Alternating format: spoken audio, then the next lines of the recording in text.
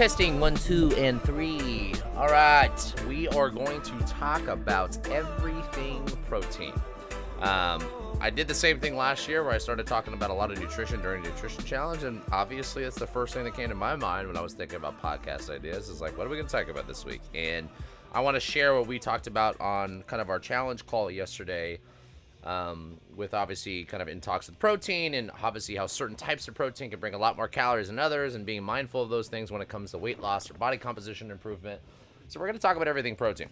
So when you look at overall, when you look at the macronutrient breakdown of foods, we always talk about protein, carbs, and fats, right? And I always like to say that like water, alcohol, and fiber are kind of like my other hidden three that I like to talk about as well. But protein is definitely the one that I think that majority of people were to focus on one thing that they can dramatically change to their diet that would give them a dramatic change in their body composition, their muscle mass, their fat loss, their metabolism, the whole nine yards, that it would be protein, right? And this is obviously pretty easy to understand that when it comes to carbs or fats, they're just more palatable than protein is, right? Like protein is a very satiating macronutrient, right? Meaning it's hard to take in a lot of protein, right?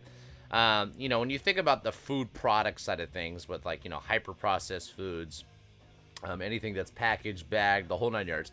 The reason why we can eat so many calories of these foods is because of the combination of both carbs and fats and obviously the processing that comes with it. And when I use the word processing, remember this, understand that processing, like even when you look at, like I'll give you an example this morning. This morning I made a smoothie, some frozen triple berry mix, half an avocado, scoop and a half of protein powder. That is processing, right? Like it's easier for me to drink a smoothie and take it in than it is maybe eat all the fruits and everything kind of whole. Not by much, but it is, right? So everything has a degree of processing, even when you're thinking about things like cooking itself. But like a very processed food, when we think about like packaged foods, the reason why a lot of us get in trouble with convenience side of eating and eating out, fast food restaurants, food products, bags, packaged goods, all that stuff is because of the processing and the combination of carbs and fats. And they don't come with a lot of protein themselves. When you think about, if I were to give you, I've been talking about Oreos all week for some reason, on Monday or Tuesday and Wednesday, I polished a rack of Oreos, or as Evan would like to say, a line of Oreos, myself with a glass of milk as my dessert. I'm one of those people that has a sweet tooth, but if I don't have it in front of me, I have no problem avoiding it, right? This is definitely one of those environmental stimuluses, right? It's like if you have it around you, I'm naturally going to get in trouble with those things. And my fiance's family, likes to do stocking stuffers full of candy and sweets and trail mix and obviously a freaking thing of Oreos. So, long story short, it was funny now tracking through my MyFitnessPal that really one line or rack of Oreos was, with a glass of milk, was 980 calories. So it was 1,000 calories that I ate just in a sitting post-dinner. And this is a perfect example. If anybody obviously has a diet that requires them eating, 2,000 calories a day, then I took 50% of your calories in a 10-minute sitting, and that's not counting anything else. So, back to the moral of the story. When you look at protein and you look at the macro breakdown of percentage of the day of what we should be getting, we want to think about protein as being about 20 to about 35% of our total calories for the day are coming in from protein, right? And ideally probably being like 25 to 35. And the way that I said this yesterday on the call, and this is something for you guys to know, is if you're going through a period where weight loss needs to be the focus and body composition kind of improvements are the thing, then you obviously want to have that number a little bit higher, because having more protein is not only going to give your body a little bit more of a flood of amino acids, it's going to help build lean body mass better. It's going to help build muscle, obviously, in combination with the strength training. It's going to have a higher thermogenic effect. It's going to be more satiating, the whole nine yards. So by having more of that, naturally, everything else will kind of start to fall to the wayside a little bit. When you have little to no protein or you're under eating on protein, you naturally will overeat on the other things. And that craving change and that appetite change takes time, right? And this is even something for myself with someone that I think that like I pat myself on the back for saying, yes, I eat a lot of food and calories, but I really want to stay as lean as possible. So I have a lot of movement, a lot of exercise there. So I always think I eat a lot of protein. And even tracking this over the last week, I've only really hit where I want to be in my protein goal 1 day out of 4 so far. So 75% of my days, granted it's only 4 days, I've actually failed on not hitting enough protein. And I've also, 3 out of 4 of those days, have overeaten on my total calorie goal for the day. And that's a perfect example, is the days that I overeat by a lot are the days that I also feed myself more carbs and more fats and little to no protein. So protein is one of those things that is always got to be the focus. So when you think about the thermogenic side of things, now this is something I've mentioned a lot and I always will, 20 to 30% of the calories go towards just feeding your body energy, right? Increasing core body temperature when you're digesting and kind of metabolizing the protein itself. It requires a lot of energy from the body to do that. So the good thing about having lots of protein is you're technically not accounting for this, but 20 to 30% of those calories are technically being kind of taken away because your body's metabolizing that, right? So if I had 100 calories, it means I'm technically only being net 70 to 80. So by having more of that without even thinking about this or tracking this, your actually body is you're almost adding that to the energy expenditure side of things. Because energy expenditure, when you think about weight loss or body composition improvement, basal metabolic rate, which obviously you can improve through strength training and diet and lots of protein, non-exercise activity thermogenesis, which is like walk more, move more, stand more, sit less, drive less, like do the things that make you a human. Exercise activity thermogenesis, pretty straightforward. Go to the gym more often. We have 4 strength training is kind of the frequency goal for the week. I personally love strength training 4 times a week minimum, and ideally kind of 5 times a week, but 4 times for sure, and maybe a couple days a week of some aerobic stuff or some sport or some surfing or some snowboarding or whatever I can kind of sprinkle in, right? And then the last one's the thermic effect of food. So this is kind of the conversation I'm talking about here, is like if you think about 20 to 30% of the total calories that you're eating from protein are actually being burned and metabolized just through the digestion process of metabolizing that protein into amino acids, then you are going to be in a better place. Because if your goal is to remain in a deficit to lose weight or to lose fat, you want to do things that make it easier to do that, right? So if I were to give you guys an example, if I had 200 grams of protein, granted this would be pretty high, but just to make math really easy for me on the fly, 200 grams of protein would be 4 calories per gram, meaning my body would have 800 calories coming if it was just pure protein. No food is pure protein, but just for the sake of this conversation, my body would burn, what is that, 160 to 240 calories out of the 800 just because it's protein. Fats 3 to 5%, carbs are 8 to 12%. So that's like the number one thing that I always like to talk about is like, hey, you're getting more of a thermic effect from just eating more protein. The second thing, and this is really the hardest thing that I've noticed for myself and every client doing this challenge, and for everyone probably listening to this podcast, eating protein is more satiating.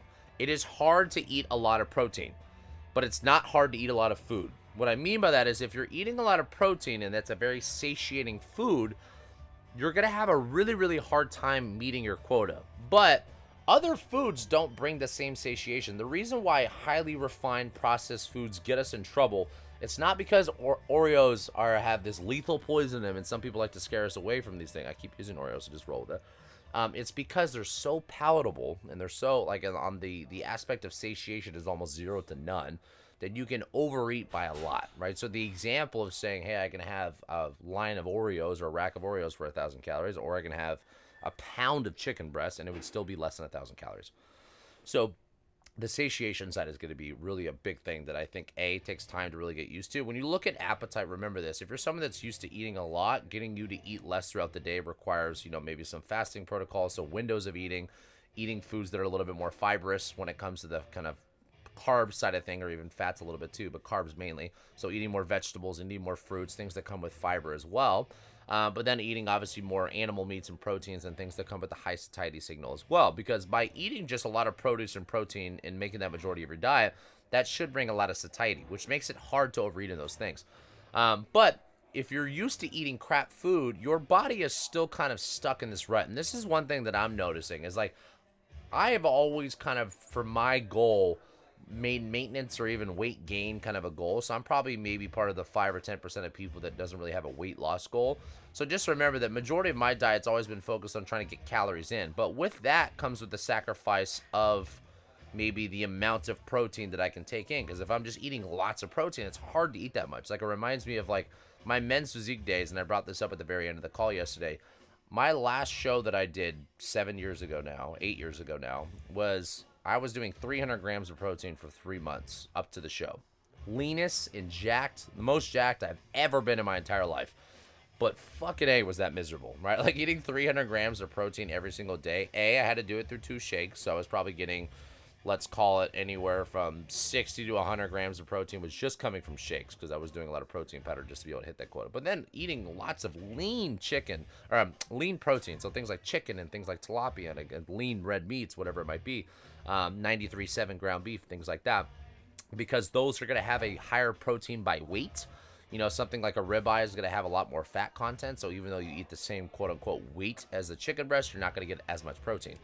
And I gotta kind of want to transition into what I was talking about yesterday. And this is for all those people that are trying to get a lot of protein in their diet.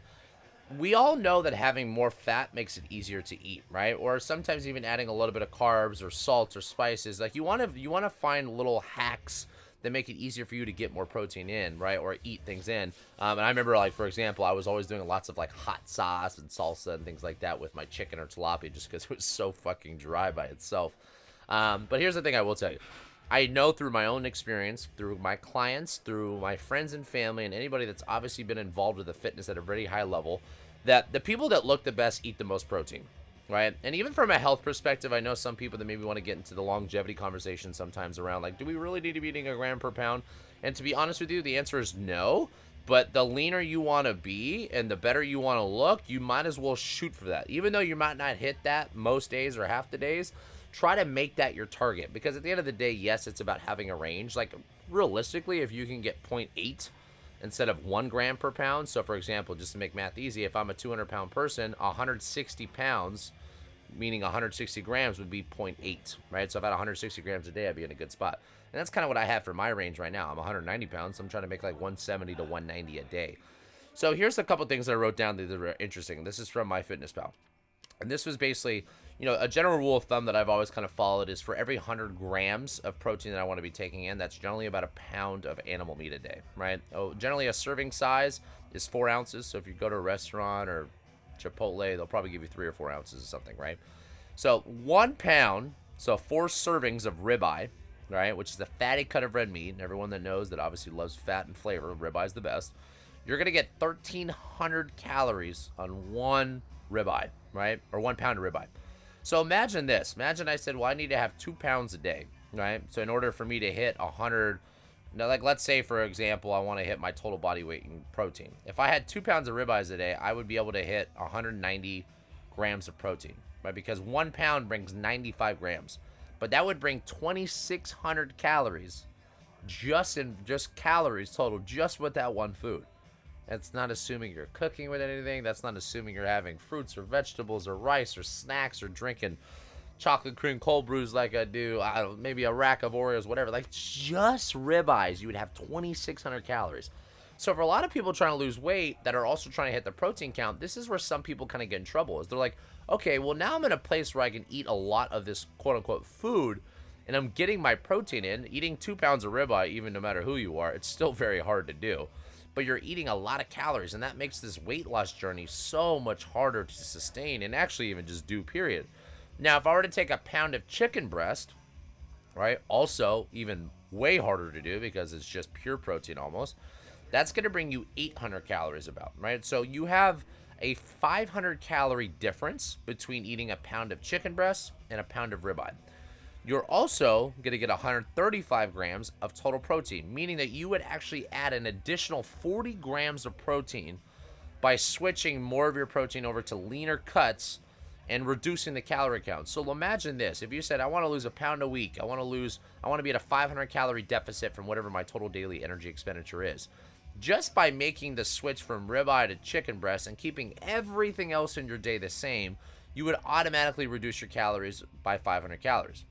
But you'd also would take the enjoyment out of life and dieting for the rest of your fucking life. So it's not something I'm saying doing, but these are like the little mindful tricks that you guys need to pay attention to when we're doing that. Something that I also looked up, which I thought was interesting when I look at ground beef. I like to do a lot of ground meat. I think, I think you get a better balance of protein because you get way, like, more collagen protein in there, because when they make ground meats and ground chicken, ground turkey, ground beef, they tend to blend up all the parts of shit that they normally wouldn't sell to you, and that might gross you out, and I hope it doesn't. But you're going to get some of the tendons and, ligaments and cartilage and some of the other parts of the animal that maybe we wouldn't get when we sell the pretty stuff.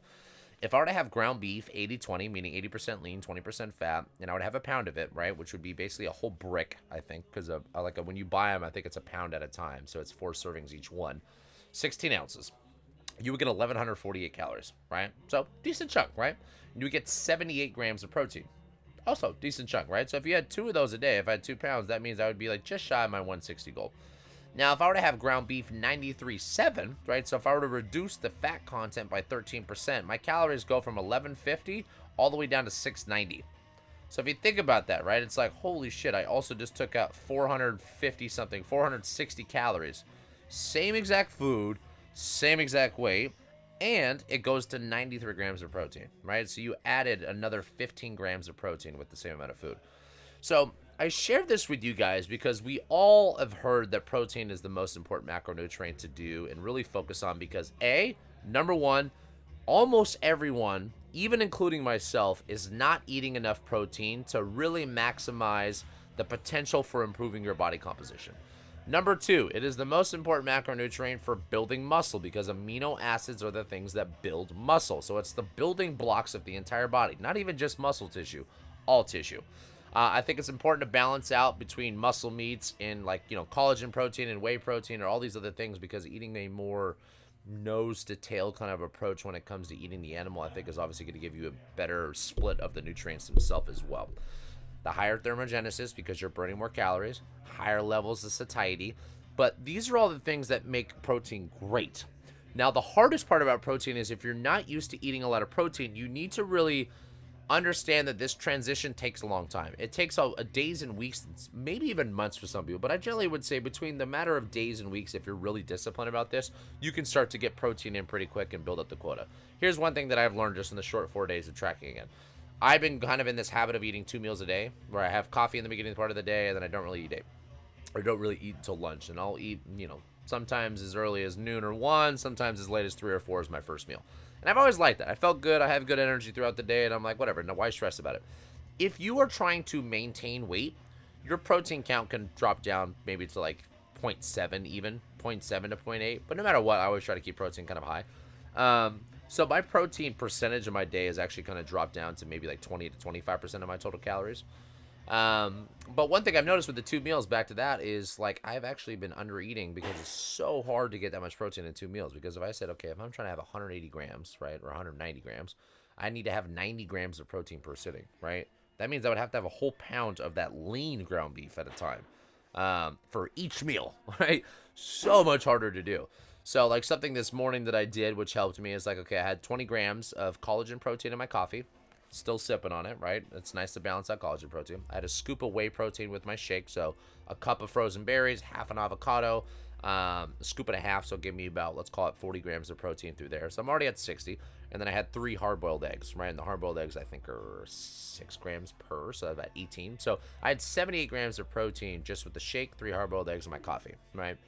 Then I'm going to have my lunch right after this basically podcast, and I have, I think, 8 ounces of ground beef, so half a pound, cup of rice, and about 2 cups of broccoli and mushrooms, kind of all blended together. And that's going to give me, I think, I want to say there was like 45 grams of protein. And then probably a little bit more just with some of the broccoli and mushrooms, but not by much. But let's call it 50, right? So I'm already at 110. And then I personally like to eat a bigger dinner, so I'll have a lot more protein there. That is much more sustainable, right? And to be honest with you, I think I could probably transition in the perfect world if I wanted to kind of even be a little bit better with it. Maybe eating almost 4 times a day. Maybe having like 3 meals and a shake. Like a post-workout shake is maybe something I can add because I've always fallen in the habit of like working out and then going right into finishing up my day and spending another 2, 3, 4 hours with clients. So the one thing I would say is, number one, try to break it up, right? The more that you can break up the protein throughout the day, the more approachable I feel like that number can feel, because it feels pretty daunting in the beginning if you're someone that's used to only having 2 or 3 meals a day and you kind of have these snacks that have no protein involved with them. Eating more ground meats, I think, is something that's going to help. And utilizing whey protein and collagen protein, not depending on them, but utilizing them, I think is something that's going to also close the gap. Focusing on more lean cuts of meat more times than not, because yes, they can be a little bit drier or harder to eat or less enjoyable, but I think a balance between both is always important. So I've fallen in this trap with like this whole like animal-based movement where everyone's going carnivore and things like that. I was like, maybe I should have more ribeyes. And I kind of over the last year just been doing so much steak, but I've always done like fattier cuts, and I realized that like those, yes, they are so good, but they also, like, I could have things like a fillet or a New York or a strip, that are still going to give me borderline the same amount of flavor profile, but they're going to give me a little bit more protein. And those little changes on the selection of food that I'm having throughout the day make a big difference. Eggs are just the king of nutrients, right, when it comes to everything, both fat and protein. Obviously, no carbs. Got choline, got all these good things that you obviously are going to benefit from. And that was something I always underutilized, right? I always did like a couple eggs in the morning. So hard-boiled eggs, or then doing scrambled, or even mixing it into my rice and my ground beef to give it a little bit more flavor. Like I always call it my Filipino breakfast, which is take last night's leftover and add some eggs over that. Shout out to all my Filipinos, you know what I'm talking about. But finding different ways where you guys can kind of get it into, because the more that you play catch up throughout the day, the harder and less enjoyable it's going to feel. And so many people convince themselves that they're eating a lot of protein, and when in reality, you're not. So you have to track this. If you're someone that's scared of tracking, I'm telling you, this is one of those things in life that A, understand you're not going to do it for the rest of your life, and B, understand that it's just a tool to create awareness and accountability. Simple as that. By tracking on MyFitnessPal, you'll be shocked by the amount of protein that comes naturally from other foods. Right? Like, I had 3 grams from my broccoli, a little bit from my sweet potato. All these things, they add up a little bit. If you can add an extra 10, 15, 30 grams throughout the day in other foods, it makes that protein goal once again easier to hit, because a lot of people think, well, I'm only getting it from animal sources, right? It's like, fuck no. There's plant-based people that are still getting protein into their diet, right? So beans or lentils or chickpeas or all these other things. So pay attention to those things. Dairy is a huge thing, right? So cheese or yogurt or milk, they come with obviously a little bit more fat and calories, so be aware of those things. But that's kind of my biggest tip for you guys, is understand that protein should always be the biggest focus when it comes to diet, because everyone loves looking good. A lot of people don't like doing the work. And the more time that you can spend focusing and prioritizing yourself on protein, the easier it is for you to get in the habit of consuming it. Your appetite will build up for it. You'll start to crave it a little bit more. If you're out of the habit of eating so little protein, naturally you're just not going to crave it because you're not eating it, right? So it takes time for you to kind of build up that appetite back for it as well. There was one more thing I feel like I wanted to talk about. Maybe I didn't. Yeah, maybe that's it. All right, guys. Well, that's it. I hope this, guys, helps you with everything when it comes to nutrition. Like I said, my biggest piece of advice, if you were to take one thing away from nutrition, look at all the parallels and all diets that have been successful for people sustainably over a long period of time. It is always going to be coming back to making sure that you're prioritizing protein in your diet and you're managing calories. And if you were to only track 2 things for the rest of your life, track the amount of calories you maybe need and track the protein.